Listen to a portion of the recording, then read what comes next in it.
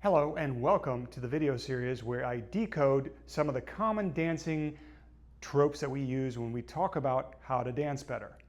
In this sequence, I'm going to talk about hip movement, particularly the figure eight. Figure eight is something that we do oftentimes when we're doing a rhythm or Latin action, but we can also use it in smooth and standard, and I'm going to talk specifically about what we do and how we do it. Before we get into that, I want to acknowledge that indeed our hip does make a figure eight sequence, but that's not exactly what happens. So I'm going to talk a little bit of anatomy, and we're going to do some drills, and hopefully by the end of this sequence, this should make some more sense to you. Let's get into the anatomy. So we've got at the bottom of our body our pelvis, and our pelvis sits on top of our femurs. If you imagine our femur bones as long stilts, that should give you an awareness of what's happening there. Now the stilts have a connection into the sides of the pelvis and they rotate. So let's all do a rotational drill where we move the leg. We're moving the leg, that's the femur, inside the hip socket. So the femur can move forward and backward, it can move side to side, and it can also rotate internally and externally. So I'm doing that forward and backward swing, side to side, and internal and external rotation. Okay? We'll do it one time with each leg.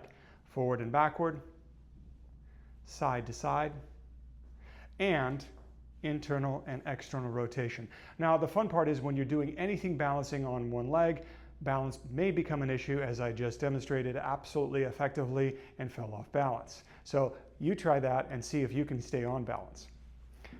Now, when you're doing this rotational action, you can move either from the bottom or from the top. So all those three planes of motion, forward, backward, side to side, and rotation can either be happening from the legs or from the pelvis, so I can move the bone on top. Now, if you can't quite visualize that, here's a very simple way to do that. Take your arm and move your arm out. So I can move my arm, this could be my leg. I can rotate it in and out. Now I can keep my arm still and rotate my body into my arm. So those are two very different movements. My arm moves, or my body moves into my arm. And when we're doing a figure eight, what we're doing is we're moving the pelvis on top of the legs. We're not moving the legs, we're moving the pelvis on top of the legs. So I'm going to walk you through the range of motion that we do very, very quickly. And here's what happens. If you flex your knees, you can move your pelvis forward, that's a tilt forward, and backward. So you're rotating your pelvis on top of your leg bones, and I'm putting my hands on my hips to give you an idea of where that joint is. So we're trying to become aware of where the joint in the hip is. So we're rotating forward and backward. We'll do that 2 more times, forward and backward. Now when we're tilting, and I'll just demonstrate from the side, when I'm tilting, what I want to be aware of is I'm not just moving everything, I'm moving from the hips and I'm moving from about the top of the back, the sacrum. So I'm just trying to move the pelvis forward and back, creating a little bit of isolated movement of the bones, moving forward and back. The next thing I'll do is I can move the pelvis on top of the bones, and this was the flexion extension we just did when we moved the leg.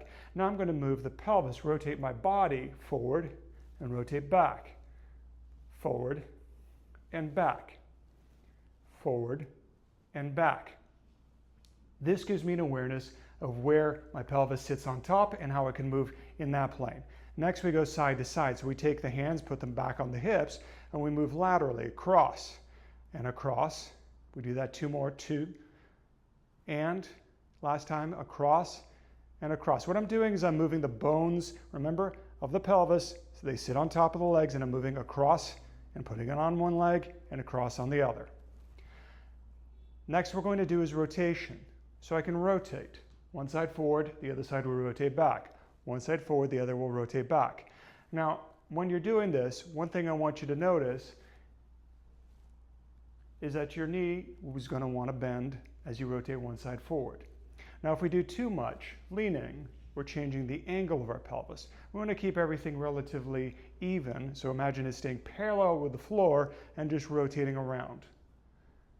Just rotating around. Both sides are rotating relatively evenly towards the front and towards the back. Both sides rotate together.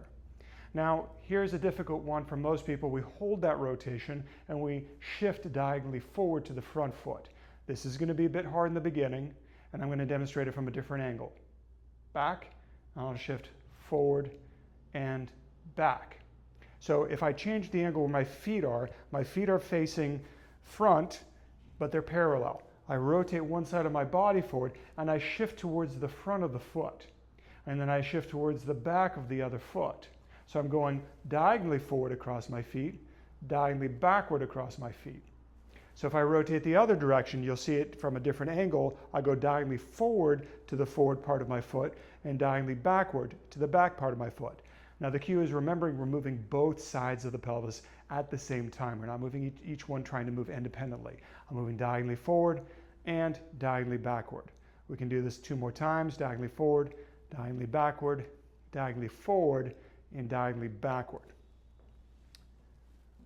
Now that we've established where we can have movement, we're going to put them all together and make that figure 8. So we're going to shift diagonally forward, rotate around, diagonally forward, rotate around, diagonally forward, rotate around, diagonally forward, rotate around. So as I'm rotating around, I'm keeping in mind that they're both attached. Both sides of my pelvis are attached to each other. So when I rotate one, the other side will come forward. If I rotate one side back, the other side comes forward.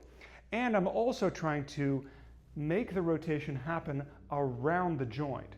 So when I rotate, I don't want to rotate towards the outer part of my hip. What that does, as we were shifting side to side, notice what that does is it pushes my weight across my foot. My foot will roll to the outside edge and I'll lose my balance. So when I'm rotating within the socket rather than trying to push out to the side and go too far. A lot of times you'll experience that as a greater range of motion when really it's just a greater feeling of disconnect. So it's not to say that you cannot move more, it's to say I cannot move more and maintain a connection inside my body. That's a key thing to remember for the future.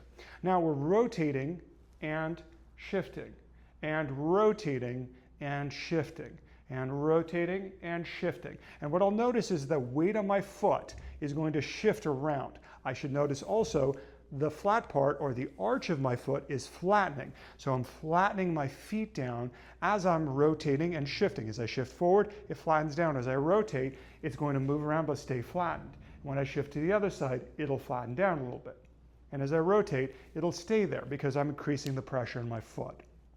Now, if you want to try something a little bit more challenging for you mentally, we reverse that. So now we can rotate to the forward part. So I'm going from the back of the hip and I rotate around to the front. Now I shift it diagonally backward and I rotate forward. Now this movement is much more applicable when we're dancing something in smooth or ballroom. When we're doing a rotation, we bend our legs, we can go a forward rotation with our partner. So we do use this movement as well. We rotate around, shift back, forward around, shift back.